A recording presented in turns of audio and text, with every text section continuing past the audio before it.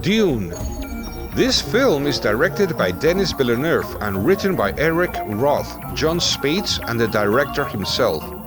It's an international co-production of the United States, United Kingdom, Canada, and Hungary, and is the first installment of two films based on a revised adaptation of Frank Herbert's 1965 novel of the same name. So, what is Dune about?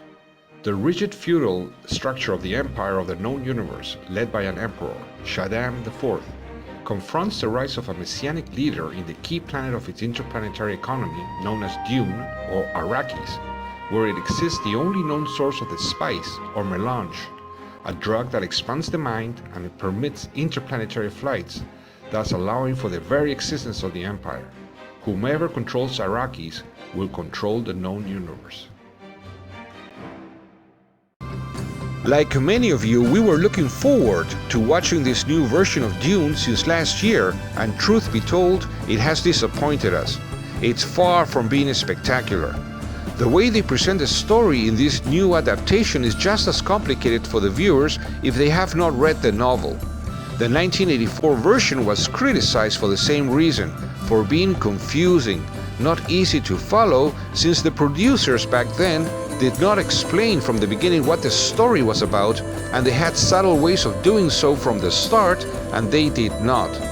For that reason is that at the beginning of this video we present to you a plot summary of the Dune novel, the same novel on which this movie is based on. In our opinion, if you have not read the novel, you might find this new film somewhat complicated, so they've made the same mistake as they did in the 1984 film.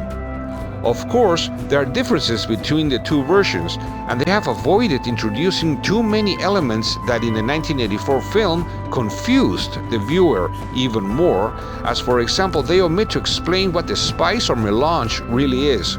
Who are the Bene Gesserit? Who are the navigators who make interplanetary flight possible, among others?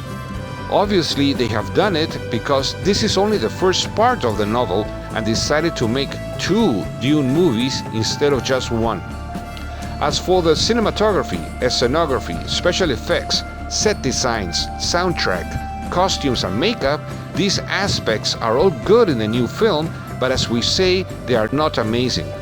For us, the 1984 version surpasses that of 2021 in that it was more faithful to the novel and the cinematography, scenography, and set designs were better. In addition, in regards to the battle scenes for us, these were also much better in the previous version, even without so many modern special effects available today, and were really exciting, emotional, and engaging, as, for example, when you watch the desperate House Atreides troops do the impossible to protect and fight for their Duke to the last man. In comparison, in the new film, the producers decided that just an unimpressive opening bombardment and a few unemotional battle scenes shot from afar, full of special effects like explosions, etc., were enough. Overall, the performances of the main protagonists in the new movie are all good, but honestly the actor who plays Paul Atreides did not convince us much. Zendaya's performance is very low-key as she is not showcased much because it's only the first movie. The performances of those in supporting roles and extras are usually decent.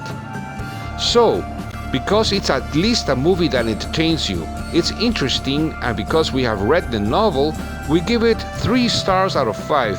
But yes, we recommend that you also watch the 1984 version and compare them yourself. We like that older version more. Until next time.